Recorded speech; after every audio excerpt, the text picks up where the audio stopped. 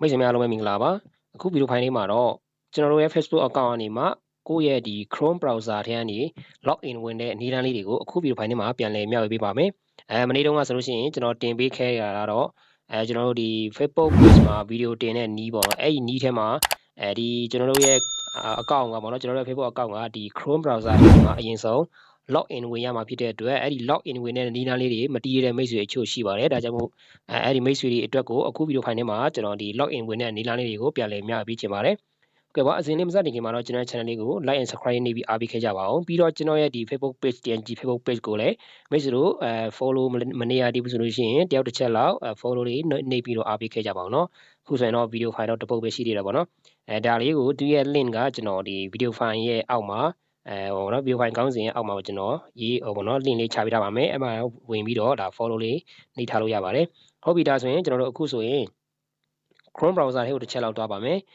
ကျွန်တော်တို့ဒီ Chrome browser ထဲရောက်လာပြီဆိုရင်ကျွန်တော်တို့ Facebook ကိုကိုယ့်ရဲ့ Facebook account ကိုဒီထဲမှာ login ဝင်ဖို့အတွက်ကိုတကယ်လို့ကျွန်တော်တို့အရှိမှာပေါ့နော် Facebook မရှိသေးဘူးဆိုရင်ဒီနေရာကနေမှကျွန်တော်တို့ကဒီမှာပေါ့နော် Facebook login ဆိုပြီးတော့ရိုက်လိုက်ပေါ့နော်ရိုက်လိုက်မယ်ဆိုရင်အခုလိုမျိုးသူက Facebook website လေးကြာလာမှာပေါ့နော်ကြာလာပြီဆိုလို့ရှိရင်ကျွန်တော်တို့ကအဲ့ဒီ website ထဲကိုကျွန်တော်တို့ဒီမှာပေါ့နော်ဒီမှာလည်းရသူ account တစ်ဒီထဲမှာလာလို့လေးရတယ်နော် account login ဝင်မှာဖြစ်တဲ့အတွက်ဒီ site ထဲကိုဝင်မယ်ဆိုလို့ရှိရင်လည်းရတာပေါ့နော်ကျွန်တော်ဝင်လိုက်မယ်ဆိုတော့ခဏလေးနော်ဒီမှာပေါ့နော်ကျွန်တော်တို့ဝင်လိုက်မယ်ဆိုလို့ရှိရင်သူကအခုလိုမျိုးပေါ့နော်အကွက်လေးပေါ်လာမှာပေါ့နော်အခုလိုအကွက်မျိုးပေါ်လာပြီဆိုရင်ကျွန်တော်တို့ကဘာလုပ်ရမှာလဲဆိုလို့ရှိရင်ကျွန်တော်တို့ဒီမှာပေါ့နော်ဒီအပေါ်အကွက်မှာဆိုရင်ကိုယ့်ရဲ့ဒီကို account ဖွင့်ထားတဲ့ဖုန်းနံပါတ်ဒါမှမဟုတ်ရှင်လဲကိုယ့်ရဲ့ email ပေါ့နော်ကိုယ့်ရဲ့ Facebook account ကဘာနဲ့ဖွင့်ထားတာလဲပေါ့နော်ကို account ဖွင့်ထားတဲ့ email ဖုန်းနံပါတ်ကိုဒီအပေါ်မှာရိုက်ထည့်ပေးရမယ်ဒီအောက်မှာကျတော့ကိုယ့်ရဲ့ Facebook password ပေါ့နော်နှစ်ခုလုံးရိုက်ထည့်ပေးရမယ်ပြီးပြီဆိုလို့ရှိရင်ကျွန်တော်တို့ login နှိပ်ပေးရမှာပေါ့နော်ကျွန်တော်တော့ဝင်ပြီးသားမို့လို့ကျွန်တော်ဒီနေရာမှာတော့ဒီတစ်စက်တော့ကျွန်တော်ဟိုပါပေါ့နော်ဒီတိုင်းပဲပြောပြလိုက်ပါမယ်နော်ဒီကိုယ့်ရဲ့ Facebook account မှာနော် Gmail ပဲဖြစ်ဖြစ်ဖုန်းနံပါတ်ပဲဖြစ်ပေါ့နော်ကိုဘာနဲ့ account ဖွင့်ထားလဲ account ဖွင့်ထားတဲ့ဟာကိုဒီနေရာမှာရိုက်ထည့်လိုက်အောက်ကဟာကျတော့ကိုယ့်ရဲ့ Facebook password ပေါ့နော်ပြီးသွားပြီဆိုရင် login ကိုဝင်နှိပ်လိုက်တာနဲ့ကျွန်တော်တို့ရဲ့ဒီကိုယ့်ရဲ့ Facebook account ထဲကိုသူကတန်းပြီးတော့ရောက်ရှိတော့မှာပေါ့နော်ကျွန်တော်ကတော့ဒီမှာဝင်ထားပြီးသားရှိတာပေါ့နော်တကယ်လို့မိတ်ဆွေတို့မဝင်ရသေးဘူးဆိုလို့ရှိရင်ကျွန်တော်ပြောသလိုပဲသူကဒီပုံစံမျိုးပေါ်တော့ပေါ့နော်အပေါ်မှာကိုယ့်ရဲ့ Facebook account ကိုယ့်ရဲ့ email ဖုန်းနံပါတ်ထည့်မယ် password ထည့်မှာပေါ့နော်ကျွန်တော်ကြတော့သူကဝင်ပြီးသားရှိတဲ့ဖြစ်တဲ့အတွက်ကျွန်တော်တခါတည်းနှိပ်ပြီးဝင်လိုက်ပါမယ်နော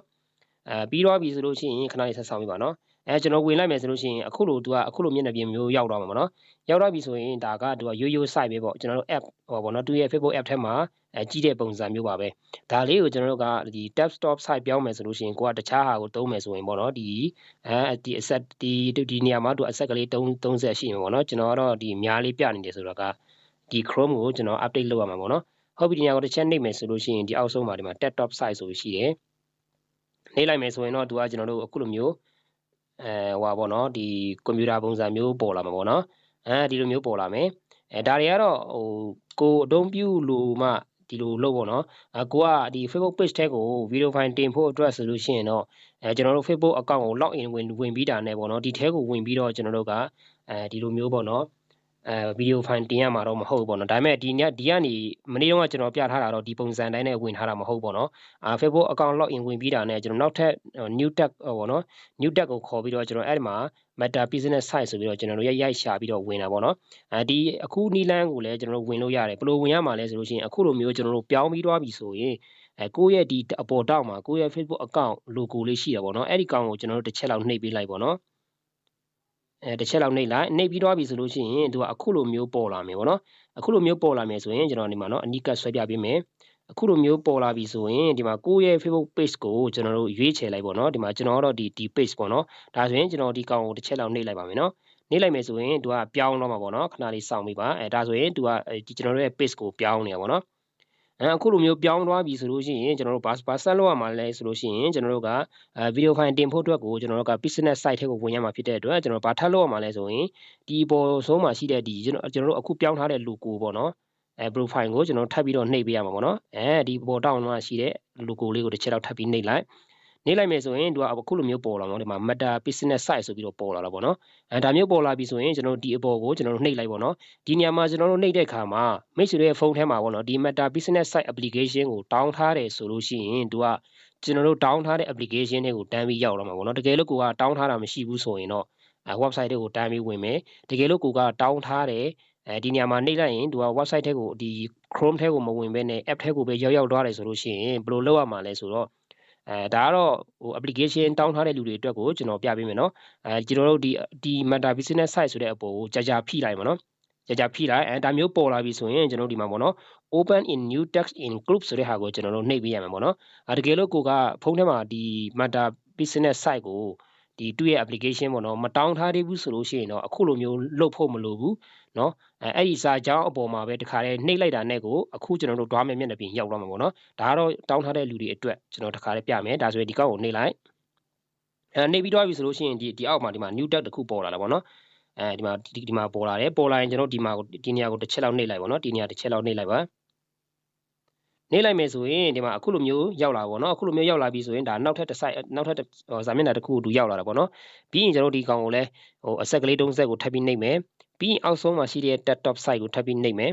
ဒါဆိုရင်တော့ကျွန်တော်တို့အခုကျွန်တော်တို့ပြောင်းလိုက်တဲ့ဒီအခုပေါ့နော်ဒီမှာဒီမျက်နှာပြင်မှာတော့ကျွန်တော်တို့စပြီးတော့ဒါဗီဒီယိုဖိုင်တင်လို့ရတဲ့မျက်နှာပြင်ပေါ့နော်စောနာကကျွန်တော်တို့ပြောလိုက်တဲ့ Meta Business Site ဆိုတဲ့ဟာပေါ့နော်ကိုယ့်ရဲ့ဖုန်းထဲမှာမတောင်းထားဘူးဆိုလို့ရှိရင်တော့အဲ့ဒီစာကြောင်းပေါ်နှိပ်လိုက်တာနဲ့ဒီမျက်နှာပြင်တစ်ခါတည်းတန်းပြီးဝင်လာမှာပေါ့နော်ဒါမှမဟုတ်လို့ရှိရင်လည်းမနေ့တုန်းကကျွန်တော်ပြခဲ့တဲ့အတိုင်းပေါ့နော်Facebook ကိုယ့်ရဲ့ Facebook account ကို log in ဝင်ပြီးတာနဲ့နော် log in ဝင်ပြီးတာနဲ့ကျွန်တော်တို့ဘာလုပ်ရမှာလဲဆိုလို့ရှိရင် log in ဝင်ပြီးတော့ပြီဆိုရင် new tab ခေါ်ပြီးရင်ဒီ bar ထဲမှာ Meta Business ဆိုပြီးတော့ဒီလိုမျိုးပေါ့နော်ဒီလိုမျိုးရိုက်ရှာလိုက်မယ်ဆိုလို့ရှိရင်ဝင်လိုက်မယ်ဆိုလို့ရှိရင်လည်းရတာပေါ့နော်ဝင်လိုက်မယ်ဆိုလို့ရှိရင်လည်းဒီစောနာကလိုမျိုးမျက်နှာပြင်ကိုပဲသူကရောက်သွားမှာပေါ့နော်ပြီးရင်ကျွန်တော်အဆက်ကလေး3ဆက်နှိပ်ပြီးတော့ desktop site ကိုပြောင်းပေးလိုက်ပါနော်တချို့ဟာဒီကြတော့ကျွန်တော်တို့ဝင်လိုက်မယ်ဆိုလို့ရှိရင်သူကဒီအောက်နားလေးမှာဝင်ကောင်းဝင်နေတာပေါ့နော်အဲ့ဒါကိုကျွန်တော်တို့ကဗီဒီယိုဖိုင်တင်မယ်ဆိုရင်ဒီ home ကိုကျွန်တော်တို့ရွေးချယ်ပြီးတော့ဒီနေရာမှာပေါ်လာအောင်ပေါ့နော်ကျွန်တော်တို့ရွေးချယ်ရမှာပေါ့နော်ပြီးရင်ကိုယ့်ရဲ့ဖုန်းထဲမှာ Facebook page တွေအများကြီးရှိတယ်ဆိုရင်တော့ကျွန်တော်ဒီနေရာကိုနှိပ်ပြီးတော့ကိုယ့်ရဲ့ဗီဒီယိုဖိုင်တင်မဲ့ page ကိုရွေးချယ်နေတာပေါ့နော်ကျွန်တော်ကတော့ဒီ page ကိုပဲရွေးချယ်ထားပါတယ်ဒီနေရာရောက်လာပြီဆိုရင်ဒီမှာဗီဒီယိုထိုင်တင်မယ်ဆိုရင်ဒီနေရာနှိပ်ပြီးတော့ဗီဒီယိုတင်လိုက်ရုံပေါ့နော်ဗီဒီယိုတင်ရတော့ကျွန်တော်မနေ့တုန်းကတင်ပေးထားပြီးသားမို့လို့ခဏဗီဒီယိုဖိုင်ထဲမှာဆိုရင်တော့ကျွန်တော်ဒီ log in ဝင်တဲ့နီးလန်းလေးကိုအတိအကထားပြီးပြောပြပေးထားတာပေါ့နော်ဒီနေရာမှာကျတော့ကျွန်တော်တို့ရဲ့ကျွန်တော်တို့ကြည့်ချင်တဲ့ဟာတွေပေါ့နော်ကိုယ့်ရဲ့ content တွေဘယ်လောက်တင်ထားပြီးလဲပေါ့နော်ပြီးရင်ကျွန်တော်တို့ကအခုကျွန်တော်တို့ရဲ့ Facebook မှာပေါ့နော်ကျွန်တော်တို့ရဲ့ page မှာဘယ်တော့ပိုက်ဆံရမှာလဲဘယ်လိုပုံစံမျိုးဖြစ်နေလဲဆိုတာကိုသိချင်တယ်ဆိုရင်တော့ဒီနောက်အောက်နားလေးမှာရှိတဲ့ monetization ဆိုတဲ့ဒေါ်လာပုံစံလေးနဲ့ပေါ့နော်အဲ့ကောင်ကိုနှိပ်ပြီးတော့ကြည့်လို့ရတာပေါ့နော်ကိုယ့်ရဲ့ဒီ website ထဲကိုပေါ့နော်ဒီ browser ထဲကိုမဝင်ဘဲနဲ့ဒီကျွန်တော်တို့ Facebook page account ဖွင့်နည်းဗီဒီယိုဖိုင်ထဲမှာကျွန်တော်ပြထားတဲ့အတိုင်းပေါ့နော်အဲ့နေရာကိုဝင်ကြည့်မယ်ဆိုလည်းရတယ် Facebook app ထဲမှာဝင်ကြည့်လည်းရတာပေါ့နော်အတူတူပါပဲနော်ဒီနေရာမှာတော့ကျွန်တော်ဝင်လိုက်မယ်ဆိုလို့ရှိရင်တချို့မိတ်ဆွေတွေကဒီနေရာမှာကြည့်ပြီးရင်ကိုယ့်ရဲ့ page ကဘာမှမရတော့ဘူးထင်တယ်ဆိုပြီးတော့ထင်ကောင်းထင်တယ်ပေါ့နော်ဒီနေရာမှာကျွန်တော်တို့ကမြန်မာနိုင်ငံမှာနေနေတာဖြစ်တဲ့အတွက်အခုလိုပုံစံမျိုးနဲ့ပဲသူကပြနေတယ်ပေါ့နော်မရဘူးဆိုတော့ပြပေးထားတာပေါ့နော်ဒါမဲ့ကိုကလှုပ်ချင်တယ်ဆိုရင်တော့ဗီဒီယိုဖိုင်တာဆက်တိုက်တင်ပါပြီးရင်ကိုတင်တဲ့ဗီဒီယိုဖိုင်ကိုလည်းဒီဟောပေါ့နော် Facebook ရဲ့စီကံချက်တွေနဲ့ကန့်ညီအောင်တင်ပေါ့နော်ဒါကိုဒူများရဲ့ဗီဒီယိုဖိုင်မဖြစ်ရဘူးပေါ့နော်ဒူများရဲ့တန်စင်တွေဒူများရဲ့ဗီဒီယိုဖိုင်တွေမဖြစ်ရဘူးကိုယ့်ရဲ့ကိုယ်ပိုင် content တွေဖြစ်ရမယ်ပေါ့နော်ဒါလေးတွေကိုအကုန်လုံးကိုကlook in တယ်ဆိုလို့ရှိရင်ဒီကျွန်တော်တို့တတ်မှတ်ထားတဲ့စည်းကမ်းတွေတတ်မှတ်ထားတဲ့တတ်မှတ်ချက်တွေပေါ့နော်ကျွန်တော်တို့ဘာတွေတတ်မှတ်ထားလဲဆိုလို့ရှိရင်ဒီမှာ instream ATF မှာကျွန်တော်တစ်ချက်ဝင်ပြမယ်နော်ကျွန်တော်တို့ဒီမှာပေါ့နော် follower 9000နဲ့ကျွန်တော်တို့ရဲ့မိနစ်ပေါင်း6000ရယ်ပြီးရင်ကျွန်တော်တို့ active ဖြစ်ဖို့ video file အနည်းဆုံး5ပုဒ်ပေါ့နော်ဒါလေးတွေကိုကျွန်တော်တို့ကပြည့်စုံသွားပြီဆိုလို့ရှိရင်ကျွန်တော်တို့စပြီးတော့ဒါရှောက်လို့ရတယ်เนาะကျွန်တော်တို့ရှောက်တဲ့အချိန်မှာတော့နိုင်ငံခြားမှာ service ပေးနေတဲ့လူတွေကိုကျွန်တော်တို့အပ်လိုက်တာနဲ့ဒီနေရာမှာသူက auto save တော့မှာပေါ့နော်ဟုတ်ပါပြီဒီနေ့ဗီဒီယိုဖိုင်လေးကတော့ဒီလောက်ပါပဲမိတ်ဆွေတို့လည်းဒီအခုဗီဒီယိုဖိုင်နဲ့ပတ်သက်ပြီးတော့နောက်ထပ်နားမလည်ရှိခဲ့မယ်ဆိုလို့ရှိရင်ဗီဒီယိုဖိုင်ရဲ့ comment မှာပြန်လည်ပြီးတော့မေးထားလို့ရပါတယ်နောက်ဗီဒီယိုဖိုင်တွေမှာကျွန်တော်တို့ပြန်လည်ဆုံတွေ့ကြပါမယ်နော်